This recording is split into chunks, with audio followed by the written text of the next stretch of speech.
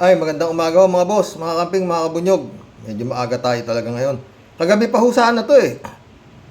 Yung pagbisita ni Sara Duterte kay Leni Robredo sa Naga ha. Pakinggan ho natin. Nakipagkita si Vice President Sara Duterte kay dating Vice President Leni Robredo sa Naga. Alamin natin yung purpose ng pagkikita nila. Makakausap po natin ngayon sa linya ng telepono si Attorney Barry Gutierrez, ang dating spokesperson ni Robredo. Manghuhula po tayo ha. Mga haka-haka natin mga ka-warriors, mamaya na ho. Pakinggan po natin si Attorney Barry Gutierrez. Magandang gabi po, Attorney Gutierrez. Magandang gabi, Ma'am Pinky. Magandang gabi, Ma'am Dorina. Alright, thank you for your time, Attorney. Bakit po nagkita sina VP Sara at dating Vice President Leni Robredo? Purely personal.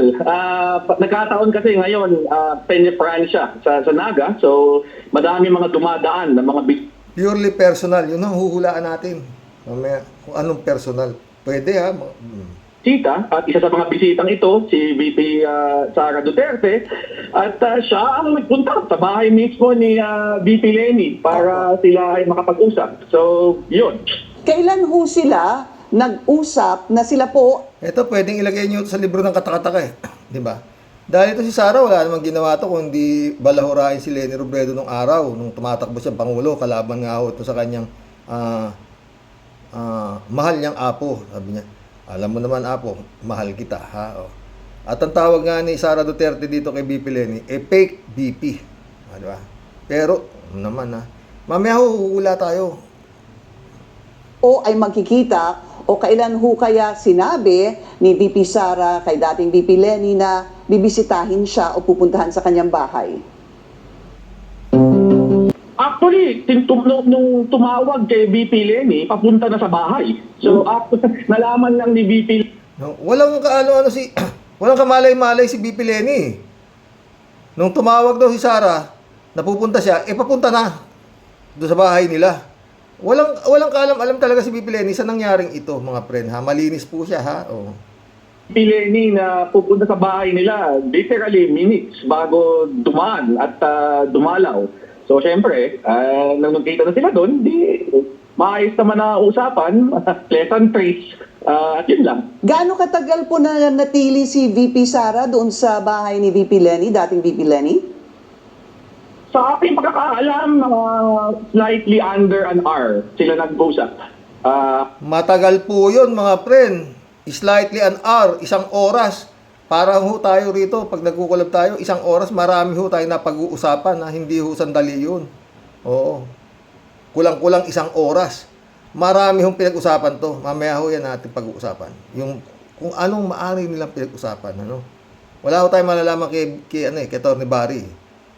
Pagkatapos na dumalaw ni VP Sara doon sa bahay ni VP Leni. Attorney Barry, when was the last time they saw each other? Prior to this one? Naku! I think prior pa to 2016, the 2016 elections. 2016 election pa. Nung huli sila nagkita ni Sara. 2024 na ho yung ngayon eh. Di halos 8 taon. Biglang all of a sudden, eto si Sara. At walang kamalay-malay si BP Leni. Bibisita siya. Pwedeng ilagay ito sa kinatahan niyang libro. Mabuting magkaibigan. Maboteng. I don't recall a single time during the entire term ni VP Leni from 2016 to 2022 na personal silang nagkita. Maski nung transition, hindi nagpunta si VP Sara mismo, kaya ang nakausap lang namin ay yung kanyang team. So I think this will be the first time since 2016, 2015. Opo. So, kakaiba ho ito. Would you say na kakaiba itong pagkikita nila? Oo. Well, hindi naman katakataka in the context na nandun siya during yung time ng Peña Francia. Kasi normal naman na pag may dumadalaw na mga bisita sa panahon yan, usually, nagpapaabot kay VP Leni na kung pwedeng dumalaw. At siya naman, lagi namang gano'n. So, madaming mga nasa politika, madaming mga member ng gobyerno na kapag nasa Naga sila sa panahon na yan, ay talagang nakikipagkita sa kanya. So ako, tingin ko yun yung context no, na dapat nating tingnan itong nangyaring ito. Pero hindi ho sila kasi, hindi naman sila magkapartido. So, you wouldn't even say it's unusual. I guess, siguro yung, hindi ba it's a surprise para po sa inyo, Attorney Barry? Well, definitely, para sa akin, surprise na si VP Sara ang nag-initiate ng pakikipagkita.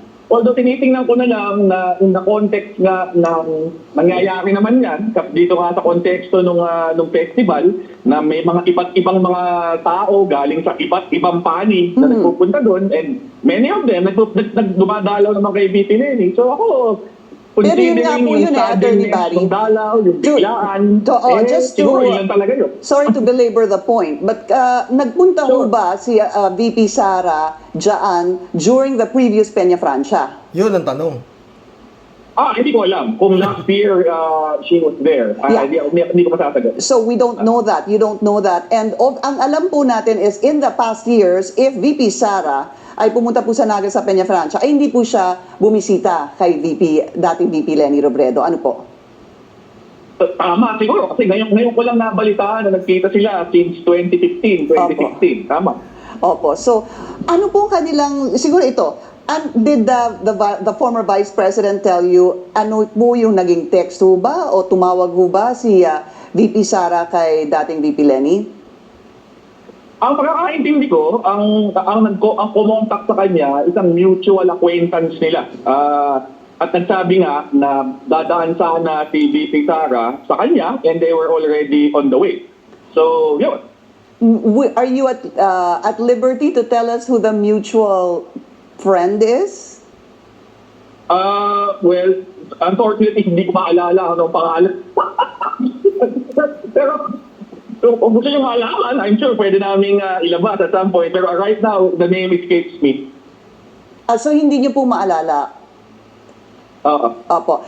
Attorney Barry, ano po ang kanila napag-usapan? Yun. Wala siyang masasabi.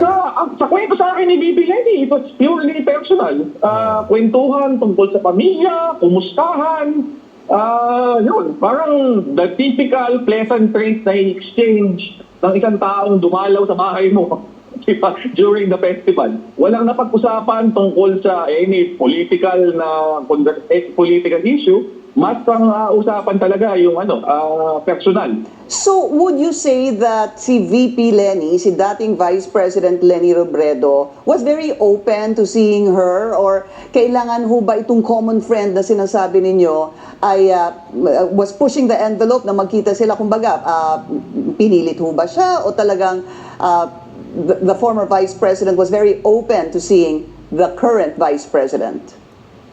Well, yung conversation was basically, papunta na kami na sa bahay mo. So, si VP Lenny naman has been very, very hospitable sa lahat ng mga dumadalaw at nagte-take ng oras para dumalo. Nagsabihin daw ni Sara na magkita tayo, papunta tayo pala sa bahay nila. Hindi naman hubas to si VP Lenny. Di ba? Tsaka, hindi ho siya kagaya ng mga iba dyan na nagtatanim ng pero kita sa'yo, ba? Mga ganun. Parang sila Sara, di ba? Kaya kaaway tayo, di ba? O gaya si Marcos, ba?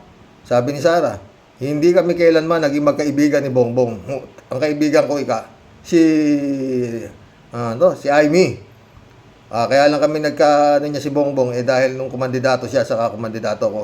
Yun lang, hindi kami magkaibigan yan, di ba?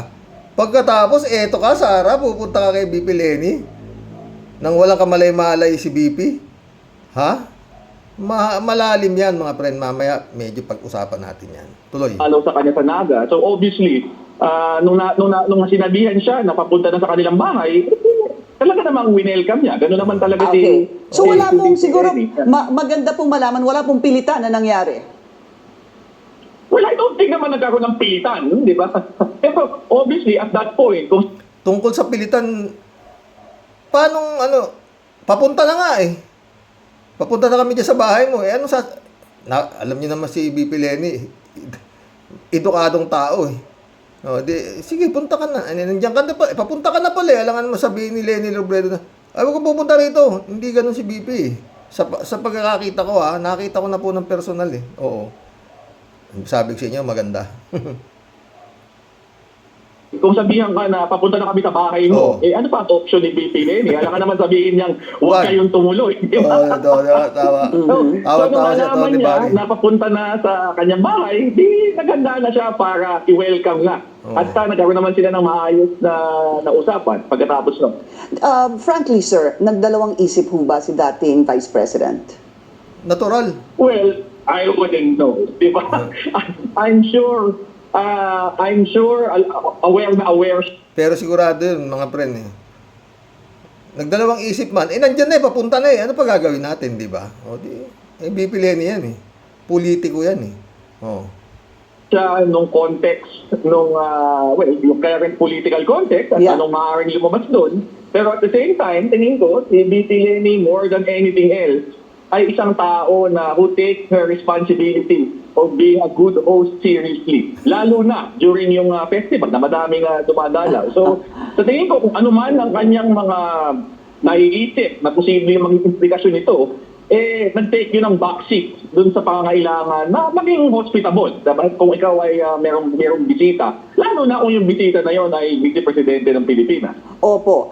Yung tanong ko po sa inyo kanina, meron ho kasing ulat sa politico.com na umano, tumanggi daw si dating VP Robredo, pero nagpilit daw si VP Sara?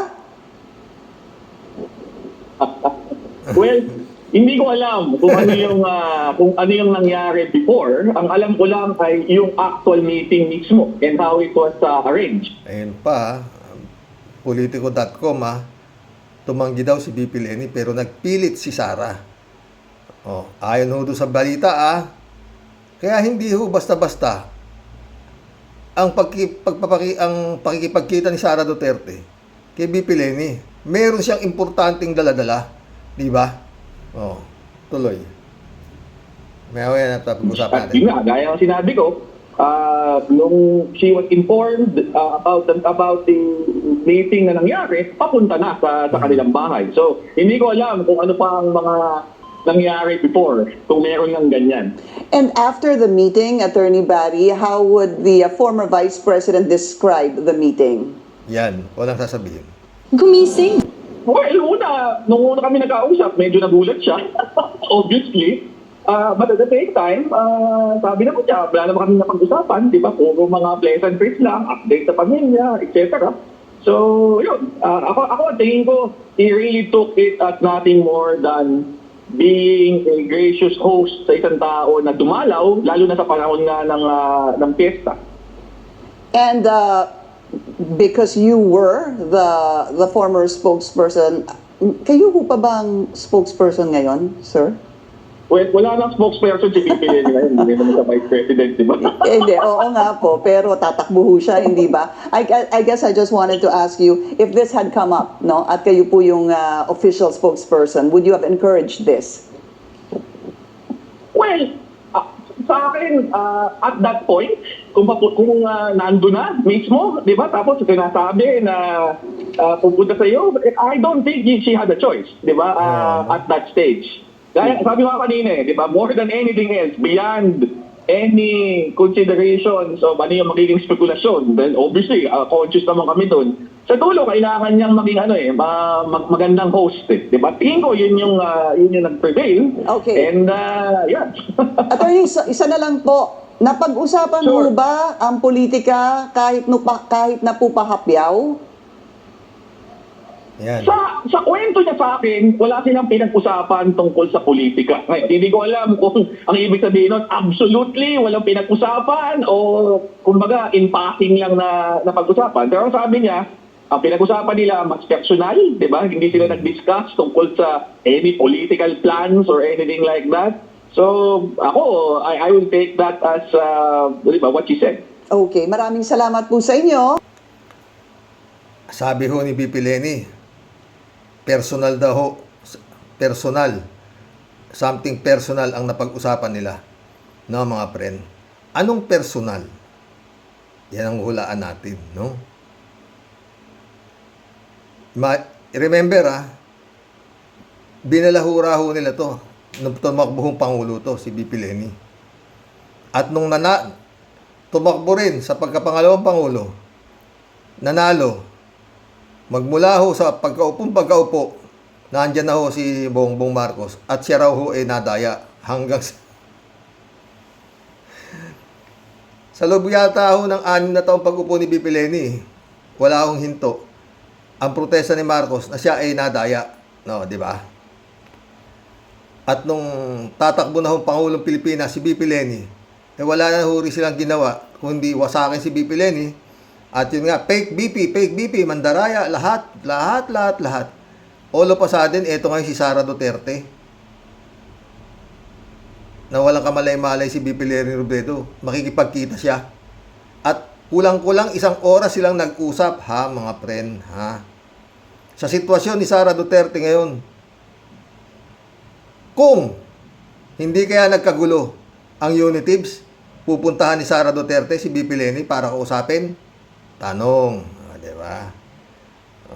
Ngayon, naaamoy ni Sara Duterte na siya endangered species tungkol sa kanyang impeachment na talagang siya yun ang alam niya na sinasabi nung kanyang puting ahas na sa Kongreso na talagang iaano siya. Maski na sinasabi ng mga kongresista na hindi siya walang planong ganun, talagang madiin ang paniniwala niya doon sa kanyang puting ahas na siya ay mai-impeach. Sana naman. Pero ito na nga yan. Doon sa mga maisog, mga boss, ha? Walang ginagawa si Glenn Chong kundi magsisigaw na si Bongbong Marcos nandaya. Kaya dapat siya ay bumaba na sa pwesto dahil hindi siya talagang tanga rin yung si Glenn Chong. Nandaya ka na nandaya, sinisigaw niya, hindi raw 31 million ang panalo ni Marcos, kung hindi 21 million lang. Di panalo pa rin, bugok talaga. Bugok talaga. Wala na ho sa hulog itong mga to. No? Kaya, ang lihitin mo raw na nanalo talaga, na hindi nandaya, si Sara Duterte, yung 32 million votes niya. Hindi ko kayang hindi naman ho ako matalino, pero hindi naman ho ako ganun kabobo. Nandaya raw si Marcos. 24 million lang daw ang boto niya, hindi raw 31 million. Nandaya raw. 15 million ang boto ng BP Leni. Di panalo pa rin. Basta titigas lang nito si Glenn Chong, nandaya. Kaya si Leni Robredo, si Sara Duterte raw, talagang ang original na 32 million ang boto. Hindi ko makuha. Pero parang rin dagdag bawas? Yung 31 million naging 24 million? Di ba? Binawasan niya ng 7 million yung 31 million naging 24 million, di ba? Yung sabi ni Glenn Chong, sinisigaw sa mga maisog. Di ba? At siya tuturo niya, ang nakipag-usap daw sa Smart Magic si First Lady. Di ba? Na minanipula raw yung di ba? Sabihin mo na 7 million, idagdag mo kay BP Leni. Sabihin mo, dagdag bawas, 22 million si BP Leni, 24 million. Panalo pa rin si Marcos.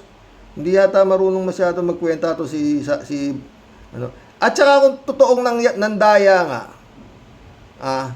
nadaya si BP Leni. Di si BP Leni ang panalo, hindi si Sara Duterte ang iuupo. Tama ba ako? Hindi naman silang dalawa magkalaban Ang nadaya si BP Leni. Hindi si Sara Duterte. Ba't pinipilit ni Glenn Chong na hindi daw dapat si Bongbong ang presidente dahil nandaya raw siya, dinaya raw niya yung eleksyon. Si Sara Duterte raw hindi raw nandaya. Kaya si Sara Duterte ang iuupong presidente. Mga talagang malaki tama no? Pero anyway, dito ho tayo, Ano kaya, sige nga mga friend, anong posible? Isip-isip tayo mga friend.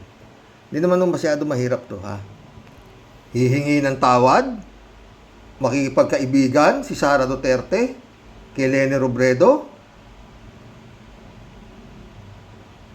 Malabo ho yan sa tinta ng pusit. Ano ang posibilidad na ipinunta niya na nagtagal sila ng kulang-kulang 1 oras na nag-usap? Kinumusta? Nagkumustahan sila ng... Diyos ko. Mag-isip nga po kayo mga ka-warriors. Sige nga. Si Sara Duterte ho, aburido to. Mag-take out lang doon sa Kongreso, ayaw pa niya eh. Yan ho ang usap-usapan eh. Kung anong, paano na naman yung ginawa niyang siga-siga sa Kongreso, pero ano niya, di ba? Yan ho ang usapan talaga sa social media, si Sara Duterte. Hindi ho yung kabutihan kung hindi yung kapalpakan, no? Mga confidential pa na ang lalaki na hindi maipaliwanag. Milyon-milyon ho, milyon-milyon. Daang milyon. Daang milyon. Pero yung sabi niya, si Silvia Rose sa mahihirap. Saywar ho lahat di ba? Saywar. Nga sabi ko, di ba? Noon lumabas yung tatay nito bago dumating ang eleksyon ng 2022, no? Gusto ko bago ako bumaba, makakita ako ng malinis na eleksyon. Subukan ninyo mandaya para huli ko kayo sa pulis. Patay na ako, talo na to. Hindi kaya... sila na nagsasabi Eto naman yung Glencho. Pag natalo si Bongbong Marcos, lalabas ang tao, hindi kaya papayag, siguradong nandaya si Leni Robredo. Sabi. Kaya sabi ko, puta. Hindi pa nag-uumpisa eleksyon nandaya na si Leni Robredo. Yun ang nabuo sa utak ng tao Yun ang inaano nila sa social media na talagang si Leni Robredo, para manalo, mandaya. Di ba? Baliktad, di ba? Baliktad. Kaya yan ang nasa aking haka-haka, ayon sa aking bolang kristal. Na mangungumpisal na siguro to, na talagang hindi naging malinis ang nakaraang eleksyon. Kaya lang, napakahirap pong yan. Hindi ho kasi ganun si BP Leni. Ewan ko, kung pareha siguro siya ng pagkatapos ng eleksyon, natalo siya, bumaba na, umalis na Wala ka nang narinig na, oy, dadaya ako, wala akong, oy, paano ba nangyari? Wala Marami ho nagsasabi na siya ho ay nadaya. Gaya ho nung TN Trio, di ba? Na hindi naging mali sila. Pero kay Bibi, wala ka marinig Wala ka marinig. May narinig ba kayo na, dinahaya niya, tara maghabol Walang ganun Walang ganun Di ba? Ngayon, eto ka ngayon, Sara. Imposible. Wala talaga akong maisip Kung hindi ako nag-ano talaga. Magski kayo mga ka-warrior. Mag-isip po kayo ng magiging posibleng tag dito. Rason. Napuntahan mo si BP Leni at para kausapin. Para inganyo yung si BP Leni na magsasama sila tungkol sa politika. Malabo hindi pupunta si BP Leni, hindi nila maano si BP Leni na ganun kung yun ang usapan, hindi. At alam ni Sara yan. Mauuto niya si Leni Robredo na hindi. Ako yun lang naisip ko dyan. Baka yun nga.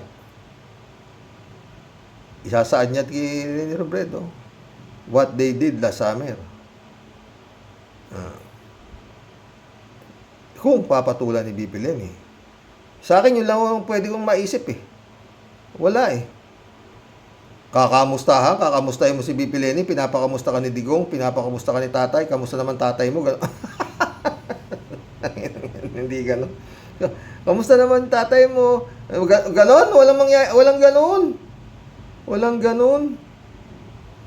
Baka si BP Leni, di dumating ka, sige. Ako, ganun. Kung ako, magkaaway tayo, biglang pupunta ka sa bahay ko. Oo. Sige, magsasalita ka at pakikinggan kita. Oo. Pero knowing Sara Duterte, pupuntahan niya ang bahay ng kanyang dating binabalahura na fake BP. Hindi ako ni parang next to impossible, no? Pero nangyari, di ba? Oo. Labo yan. Mga friend. Yun ang gusto nating malaman kung ano yung sinasabi ni BP Leni na personal na pinag-usapan nila. Wala naman ho akong maisip na personal na anong personal? 2016, 2015 nang huli silang nagkausap, sabi ni Atty. Barry Gutierrez. Ngayon 2024, eto ka ngayon, sumugod ka sa Naga para kausapin yung dati mong binabalahura na bangag, kung ano-ano. Si BP Leni, ni-red tag pa ng tatay mo. Ngayon, eto, magkulab na po tayo. Baka makadalawa ho tayo mamaya. Shout out Jeff Ramos nak. Joseph Rigodon, shout out. King ng yan, Xerox. May patutunguhan ba lahat ng yan? Ewan ko kung meron, Joseph. Mukhang wala. Erlinda Aquino, shout out. Kuya, bakit kaya nananahimik si Digong? Si Digong nyo, wala siyang kaingay-ingay. Masakit ang bunganga. Joseph Rigodon ulit. Xerox, secret lang, ha? Nakulong ako ng NBI 36 days. 1,602, wala. Wala lang.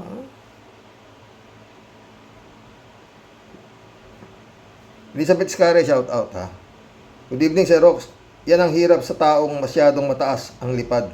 Nakagaya nila Alice Go Kuno at Cassandra Ong. Natingin ko kasabwat sa pogo na ito. Kasi nga, madali pera dito at sobrang marangya ang buhay nila. Kaya kahit na illegal pa ang pinasok nila at malakas nga loob ng mga ito dahil sa may malaking isda na nasa likod nito. At tingin ko may koneksyon si Digong dito. Di ba, Xerox? At baka nga front lang ang mga ito, Xerox. Pwede. Yan nga sinasabi ko, di ba? Johnny Bigod sumagot, to.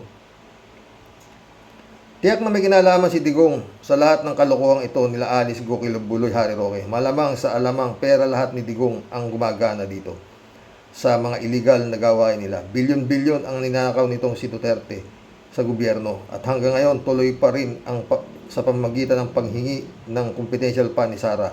Grabe at swapang talaga itong si mga Duterte. Tagal naman dumating ng ICC para matigil na at maaresto na sila. Yun lang. Talaga inaantay natin, Johnny Bigod. Elizabeth Iscari ulit, to. Buti na, Xerox, nahuli na yung mga yan sa Indonesia na magkakasama. Kataka-taka na lang mga yan, bakit sabay-sabay na tumakas sa ating bansa. At sa tingin ko, iisa lang ang nagpapatakbo dyan. Isang malaking sindikato na pinapasok ng Digong na yan sa kasabwat ang mga inchik na pugante. Kung isipin natin, Xerox, bakit sila magkakasama-sama at palusot lang na BF daw si ng Cassandra Ong, yung isang kapatid ni Alice Go Kuno. Di ba, Xerox? Oo, Joel Molina, shout out. Hindi talaga yan matatakot sa batas ng Pilipinas. Alam nila nababayaran, kaya tiwala dahil sa mga abogado na pinaaasa dahil sa dami ng kwarta nila. Totoo yan, Joel. Jaime, shout out, Karox, mas malaki ang kaso ni Kibuloy compared kay Alice Go. Pero bakit si Kibuloy ayaw ilipat sa city jail? Mas maraming pinatay sa utos ni Duterte pero malaya pa rin nagmumura. Mas maraming pinatay sa utos ni Duterte pero malaya pa rin nagmumura ang ulul. Si Bato, na kahit tanga ay maraming naipapatay, hindi parehas ang batas dyan sa Pinas. Totoo yan, Jaime. Maliwanag pa sa sikat ng araw yan. Elizabeth Iscari ulit, Tungkol naman dito sa kikibaliw na ito, na totoo daw na angel of death ang pinatatakot nila sa member ng KOJC. Na kapag di na pumayag at umalma ka para makipagtalik dito kay baliw na pastor at manyakis, kaya dapat lang malaman ng buong mundo ang kademonyohan nila at dapat nga dito death penalty ang ipataw sa mga ito. Totoo yan, Elizabeth, wala naman tayong death penalty. Librado Ludovico, shout out, Good morning, Karoke, to all supporters and followers watching from Edmonton, Alberta, Canada. Batang bata, katakot-takot sa salapi. Hoy, Lokohin nyo, lelang yung panot. Lecheng hinduropot. Yung mga sila Alice Go. Mga hindi pa nakapag-aral, ha? Si Naida Kamba, shout out. Yan ang kapalit ng earning money in criminal activities. At hindi simple ang criminal activities. Multiple including activities that comprise Philippines national security. Tapos nakalabas ng bansa ng walang record or on departure. Joel Quiano, gandang gabi Karox. Marunong talaga si God. Maka BP Lenny ako. Naisip ko na lang kung si BP Lenny ang nanalo. Kawawa naman siya sa dami ng problema na nasasalubong kanya kung siya ang presidente natin. Totoo yun, Joel. Pero kaya niya yan. Sigurado sakit ng ulo niya na di na niya deserve. Siguro sa susunod at maayos na saka siya magpresidente ulit.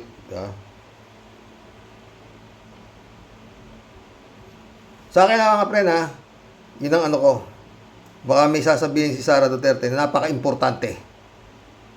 Na talagang pumunta pa siya ng Naga para sadyain si BP Lenny Robredo. Di ba sinabi nung reporter na inayawan pero nagpilit pa si Sara para magkausap sila ng personal. Wala akong maisip na iba. Kayo ba meron? Na dapat nilang pag-usapan ng personal after 8 years na hindi kayo nag-uusap. Tapos eto ka ngayon sa ganyang sitwasyon mo, Sara Duterte, makikipag-usap ka kay BP Lenny, something personal. Kulang-kulang 1 oras. Ako yun ang nasa isip ko. Meron siyang inamin na nangyari na hindi maganda nung nakaraang eleksyon. Sana tama ako sana mali ako Brother Ludovico, nagpasasa naman kayo noon, ngayon naman magbayad kayo, ibaliw, Alice Go of Wonder Farm. God works in a mysterious way. Para naman kay Dorian Dutay, ICC is the answer. Totoo yan, librado.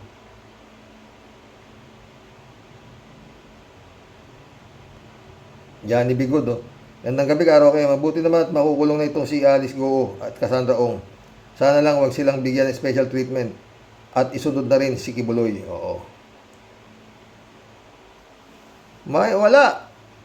Ano yata sila doon sa kulungan? Baka nandun na si Alice Goo sa correctional, no? Ang sabi kagabi, 14 sila doon sa sa isang selda. Oo, 14. At ang pinagtabi-tabi raw na kama, kawawa talaga. At one thing for sure, iisa banyo nila dyan. Sa loob ng 14 sila dyan. Swerte kung dalawa, kung may banyong dalawa sa loob ng kulungan. Patay kang bata ka. Tsura ni Alice Goo, hindi na siya cute. Kanta na iha. Romeo, Mijibay, BI. Dapat makialam na ang presidente sa mga ganyang problema. Dapat maging matapang siya. Yun ang problema natin, Romeo. Librado Ludovico, dapat yung kingdom na yan ay buwagin, huwag tigilan, pugad ng demonyong si Kibaliw. Polito Robilo, shout out, Brother Roque, lahat ng kasamaan may katapusan. Sa panahon ni Digong, nangyari kasamaan at kadiliman. Ngayon, sinisingil na sila. Totoo yan, Ulito. Estrelita Hero, shout out. Good evening po, Sir Roque, watching from Japan. Estrelita ulit, Dito po, balitang balita, yan si Alice Goo. Gaya ng balita dito sa Japan, na maaaring spy daw po yan. Spy daw po yan. Gaya din daw sa meron din siyang babae. Meron din isang babae na maaari din spy daw po. Oo. Rodelia Alpilor, shout out With PM po sa ating lahat, Sir Rox. Sa totoo lang, nakapikon na talagang manood ng hearing niyan sa masyado silang maluwag. BBM, ano ba talaga? Sobra na mga pugante sa gobyerno mo. Nakapikon na ang 3 Maria. Na yan, patawa-tawa pa. Sila, yun, ganun pa man, sir. Maraming salamat at ingat and God bless. God bless, Rodelia. Panay ang pakyut Cassandra Leong, pinalabas pa yung dimple niya.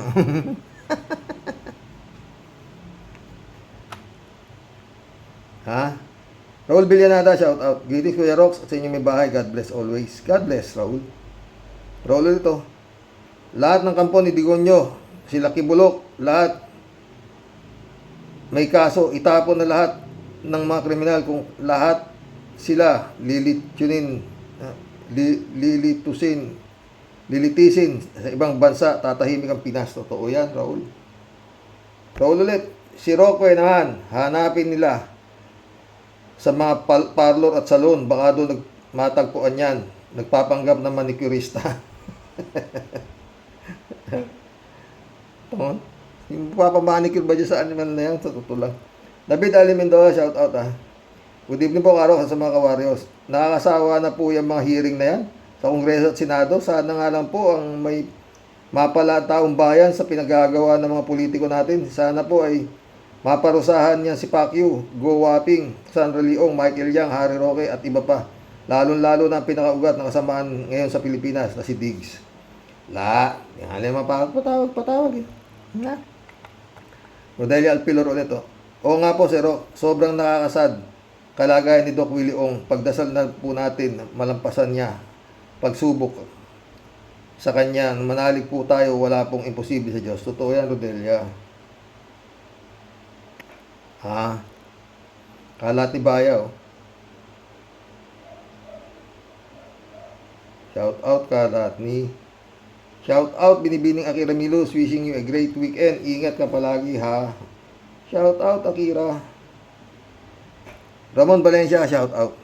Bossing, ako naniniwala na hindi lang si Digongyo ang nakatikim ng amoy palmolive at lavender, pati na malalapit sa kanya sigurado.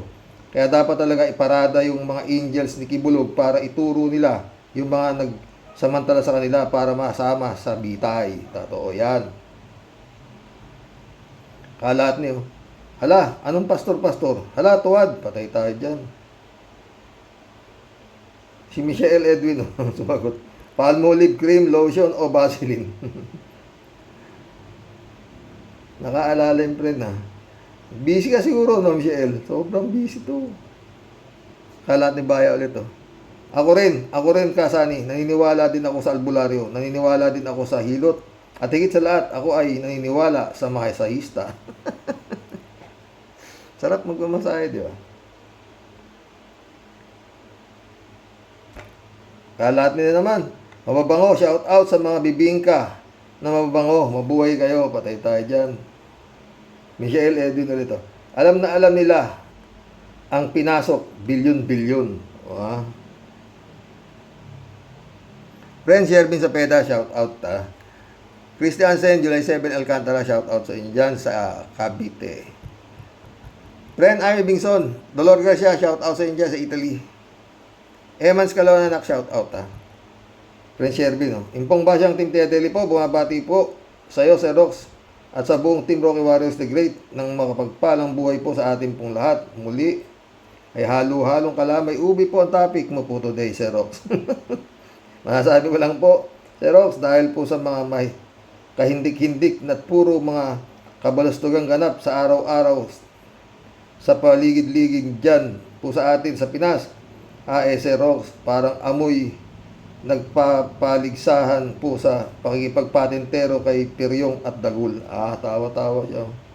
Ang mga nasasakdal po ngayon ay kasalukuyang iginigisang parang bagoong na may antot-antot sa baho, Sir Rox. 4 pong puro malulupit na subject ang kasalanan. Ang mga tumbong sa walang katiyakang bukas. Kasi Alice, Kibulok at Rookie. Mas maganda po talaga sana si Rox kung yung pinaka-mastermind kasama po dyan. At lahat po ng daliri ay nakaturo na sa kanya. Lahat po sila ay puro nagahaman sa sobrang nasilaw sa kaway ng pera at kayamanan. Sayang po ang buhay ni Cassie at Go Waping. Ang inakala po nilang paraiso, buhay na kay saya, buhay na kay ganda, lalo po sila ngayong impyerno ang punta. Bundok-bundok man ang kanilang kayamanan, pare-pareho po sila ngayong ang bagsak ay sa sulok ng kadiliman at walang katiyakang bukas. Totoo yan. Nakakapanghinayang po, pero yan po ang mas pinili nilang kapalaran. May pag-asa pa po sana kahit paano kung mas pipiliin po nila ang magsabi ng totoo at makiayon sa pag-aayos po ng tamang batas habang sila po ay nagdurusa. Yung pong pinakahudas, andun po sa kanyang balwarte, pasipol-sipol at pinagtatawanan lang po lahat ang mga nagaganap. Pero alam po ng Diyos at ang tadhana po ang magtatapos po sa lahat po ng kaitiman ng kanyang budi. Lamunin ka sana ng impyerno, matandang hudas. Pwe. Ay, tulad. Dede. Ano to? Cats B. 73-76. Siya din ang may-ari ng kulungan ngayon. The Kingdom of Jail Crime. Shout out, Ted. Tunay sinabi mo, Karoke. Gunggong na nga. Tunay ang sinabi mo, Karoke. Gunggong nga ang mga faith healer na sila ang pinupuntahan pa ng mga taong gustong gumaling. Tapos ilalapit din naman sila kay Kristo ng mga gunggong. Dumiretso na kayo kay Kristo, urig pa. Totoo yan, di ba, Ted? Ay, gago eh. Ang gunggong. Punta ka sa putang gago kayo. Dadasalan ka sa ngalan ni Kristo. Mga gago. Ina nyo. Ba't di ba kayo magdasal? Mga ulol itong mga hype na to. Pupunta pa kayo kung saan para dasalan kayo, mga bobo. Ang kabobohan yan po. Napapamura ako, katangan, mga hype na ito. Gago! Dadasalan kayo, tagaling kayo, mga ulol. Ang bobobo itong mga hype na to, sa totoo lang. Oo. Hindi ba kayo magdasal? Kung minsan di...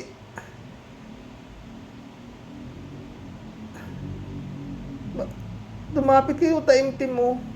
Panginoon, maawa po kayo sa akin. Oh, malubha po ang aking sakit. Ganun. Tulungan niyo po ako. Ganun. Oh. Diretso na kayo. Huwag na kayong kakanto-kanto. Tulungan niyo sarili ninyo. Maniwala kayo sa Kanya. It is your own faith that will cure. Nagpagpapagaling sa inyo, hindi ho yung mga nagdadasal ng mga gago. Sira ulo. Ay, kalat ni. Si Jaguar sa kasi butan. Alay, ako. Sari-saring katangahan no? Gaya yun, pinakita ko sa inyo. Siyasaniban daw si gago. Tangin niyo. Ewan ko sa inyo. Ang isang naging naging solusyon, tag ito. Ito ang COVID na dumating sa buong mundo. Asan ho yung mga ulol na nagsasabing nakakapagpagaling ng may sakit? Meron ba kayo nakita maski isa? Mga gunggong yan. Tatago sila. Dapat sila nasa front line. At naggagaganon sila. Sa ngalan ni Jesus, huwag tanggal ang COVID. Mga ganon. Bobo po. Sari-saring katangan, putang ina kayo. Napapamura ako sa totoo lang. Oo. May utak ho kayo, ha? Hindi naman ho kailangang napakatalino nyo para maunawaan nyo na kayo ay tanga at kayo ginagago.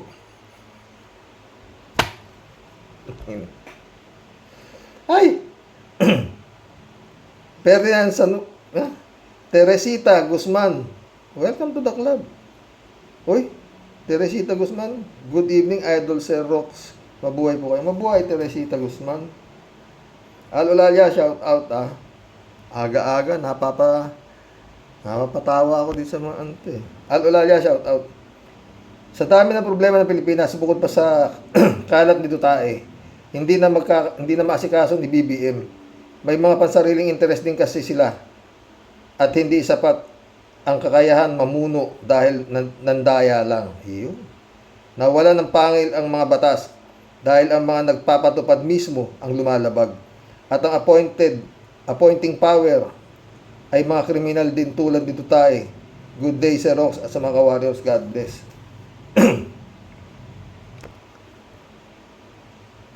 God bless, Al Olalia mismo. Sabi ko eh. Takin mo, sa halip na plunder, ginawa lang grab ng ombudsman. Ha? Eh, sino ba nag-appoint sa ombudsman? Si Digong. Kaya nga ito mga pagsasampa ni, ni Senator Trillanes. Baka mamaya, mapunta lang ito sa ang piyansa eh, 20,000. Ang tatindi na sinampa ni Senator Trillanes sa DOJ. Ewan ko anong nangyari dyan. Randy Cruz, shout out. Happy. Si Waping, laging nakatawa eh. Kayang paikutin ang buong bansa. Jaime Catalan, shout out Karok, sana lahat ng wanted, isa-isa nang mahulihin. Wag lang yung mga babaeng madaling mahuli. Marami pang wanted tulad ni Kibuloy, nahuli sa lugar niya sa KOJC, si Bantag, na nasa tribo ng mga Ipugaw, si Tebes na nasa Timor-Leste, si Ari Roque na nagtatago sa Pugad Baboy. 3JCO po aga. Xerox, wow si Pusit, di na nakatiis, nagpapasaklolo na kay Atty. Lenny. Oh, yan ang topic ko ngayon, hindi siya nagpapasaklolo. Simple math lang naman yan. Bakit siya lalapit sa kalaban kung wala siyang ulterior motives? Mas kalaban na niya ngayon si BBM kaysa kay Lenny. I can't believe kinaya ni Pusit makipagkita kay Lenny. Sabay, in the name of power, luluhod ang mga tala. Hindi. Tignan natin Iba ang nasa isip ko. Siguro baka akala niya kung malalaman ni Bobby Pileni ang nangyari sa kanya nung nakaraang eleksyon at aaminin na nila na talagang nandaya lang silang dalawa. Akala siguro nila ganun ganito, no? Diba? At saka bakit si BP Lenny pupuntahan mo, Sara? Hindi naman si BP Lenny kalaban mo. Si Kiko Pangilinan. Doon ka pumunta. Wala na, 3J Shop, itong si Sara Duterte, wala na, burido na, hindi na alam kung saan pupunta talaga. Baka mamaya makita lang natin to, nagsasalita na to eh. Yung pong nangyaring eleksyon nung nakaraan, ay wala po yan, ang totoo pong nangyari. Alam nga naman, diba, isabog ko na kung anong nangyari sabi nga ni Senator Trillanes mga halang bitukan yan. Alam nga naman kami, ikaw lang, diba, sabi nga ni Secretary Ronald Llamas, sanay magtaob ng mesa yung mga Duterte na yan, diba? Tsaka talagang mahalang ang kaluluwa, diba? Sabi nga ni Senator Trillanes, halang ang bituka pala. Tuloy natin kay Ted.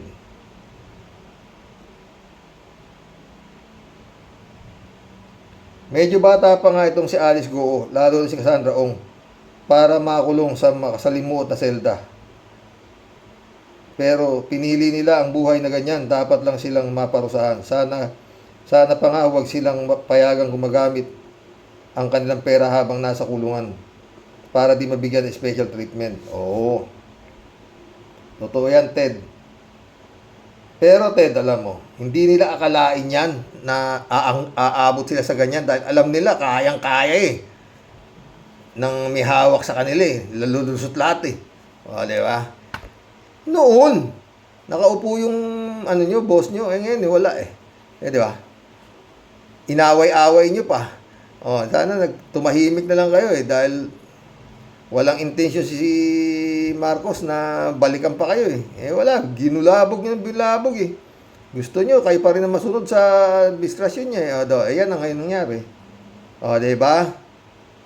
3JCO po. Xerox, akala nito, hindi ako magtataka, baka mamaya ituro nyo si Bongbong na binigyan nyo ng night duty Wala nang maniniwala sa inyo. Wala, tinuro nyo adik Tinuro nyo kung ano-ano tinuro nyo Baka yan na naman ang palalabasin itong baka lang tayo, baka. sabihin nito ano, yan si Bongbong nakinabang din sa mga night duty ni Gibulog, eh. O, diba? Hindi natin alam. Magtuturo na yan eh. Oh, para ano pupunta kay Leni Robredo? Sige nga. 3J show ulit ito.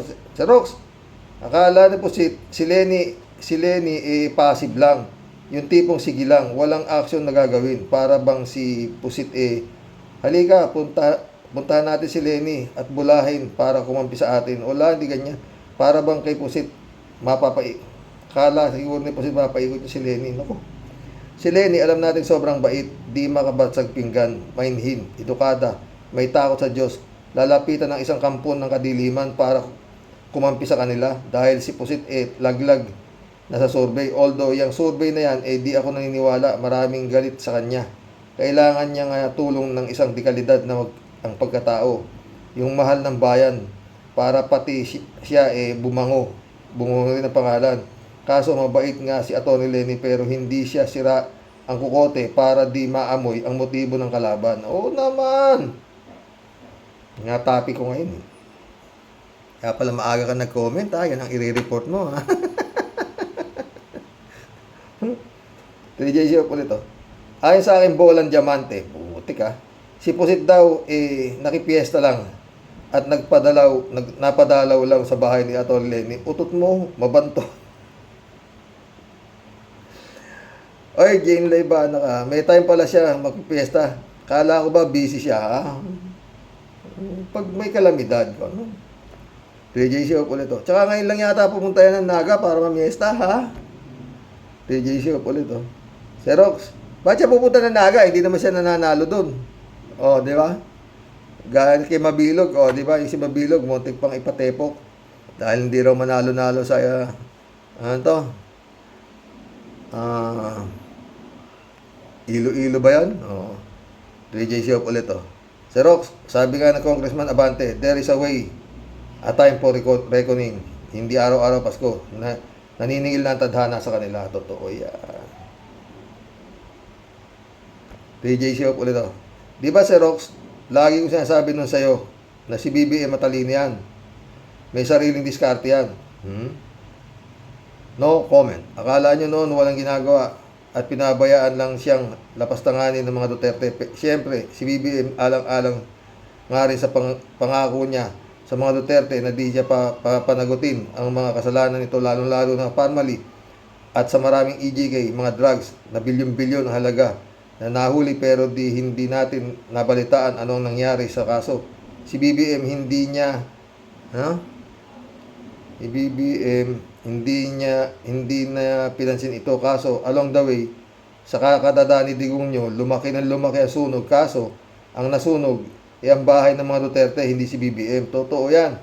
Di ba sabi ko sa'yo, si BBM ang nasa winning side kasi nga siya ang nasa trono, nasa kanyang idisposa ng AFP, PFP at lahat nasa kanyang gobyerno. Hindi sila pinatulan ni BBM. Diba?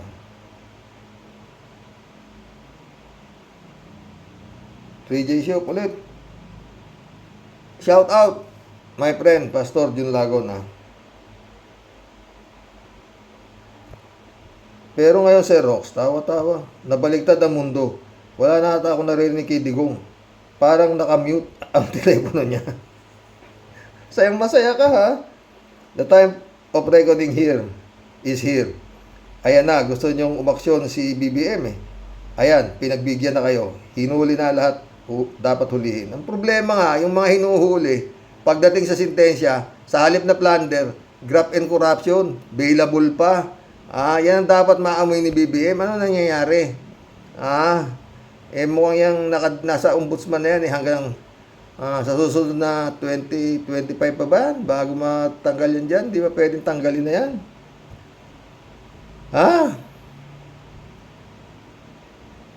Meron pang nasa Korte Supremang in-appoint si Digong eh. Diba? Kaya matapang itong mga abogado nila na sa Korte tayo magkausap-usap. Ayaw namin dito sa Senado, ayaw namin dito sa Kongreso, sa Korte, sa Supreme Court, mga ganun. Puta, talagang matatapang sila na magturo doon sa doon, tao, hindi tayo, ganun. Parang kalmadong-kalmado sila na pag nakarating doon sa korte, iligtas na sila. Gaya na nangyari dito kay Lau. Sabi nga ni Secretary Llamas, hilaw yung naging kaso na inilagay na graft and corruption sa halip na plunder. Kaya hilaw. Tuloy natin kay 3J Show. The time of reckoning is here. Ayan na gusto niyong umaksyon si BBM eh. Pinagbigyan na kayo. Hinuli ang dapat hulihin. Kinasuhan ang dapat kasuhan. Nakauwi na sa Pinas ang dapat makauwi tulad ni Mayor Kalugay. Ba yun? Huh? Nakauwi na sa Pinas ang dapat makauwi tulad ni Mayor Kalugay. Hindi. Hindi si Kalugay. Si Kalugay yung boyfriend ni Alice Goo. Kalugay ba? Oh, si Mayor Kalugay yata, di ba? Si Mabilog, si Bantag at si Tebes, cool na muna tayo.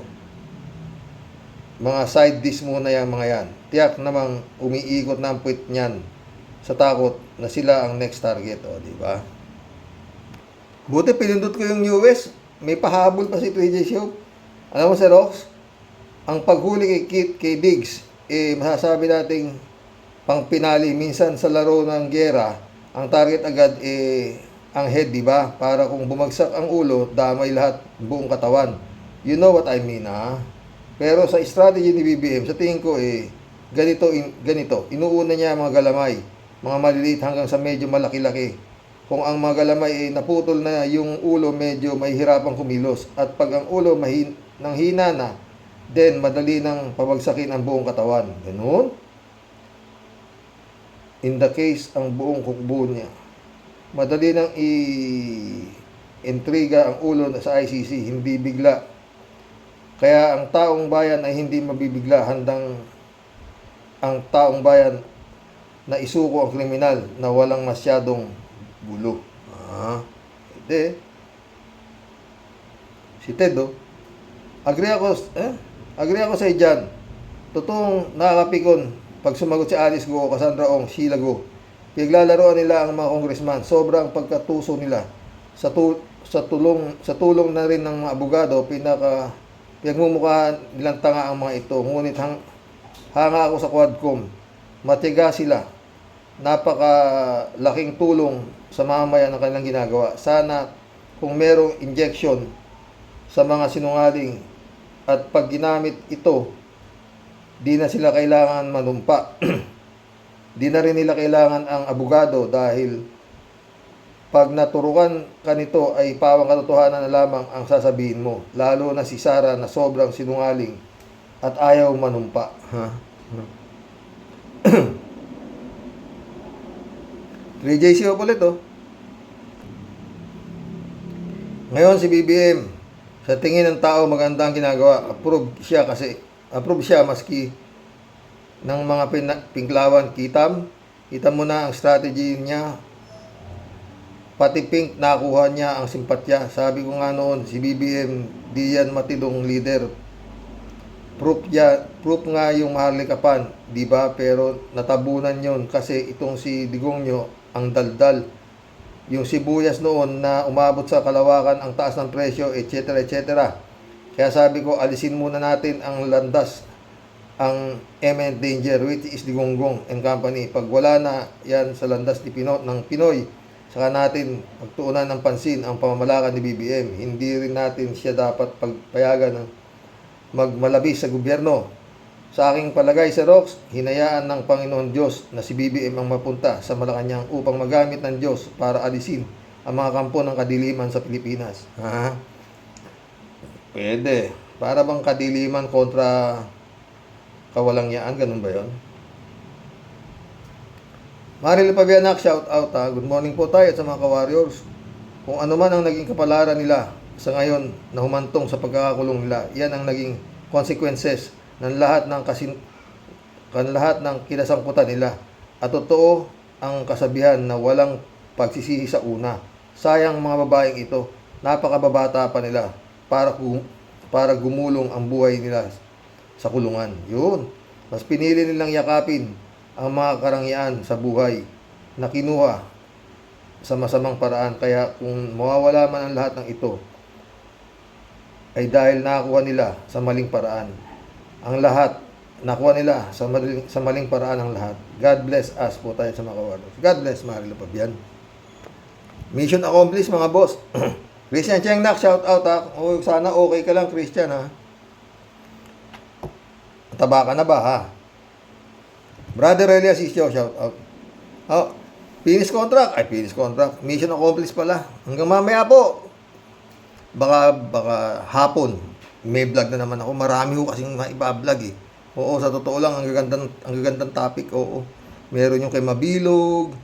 Meron pa yung tungkol na naman kila Alice Goo sa aabutin lang kahirapan. Pero mamaya, basta mamaya, pangako mga siguro mga 3 o'clock ganyan, magbablog po ako ulit. Magandang umaga po mga boss. God bless.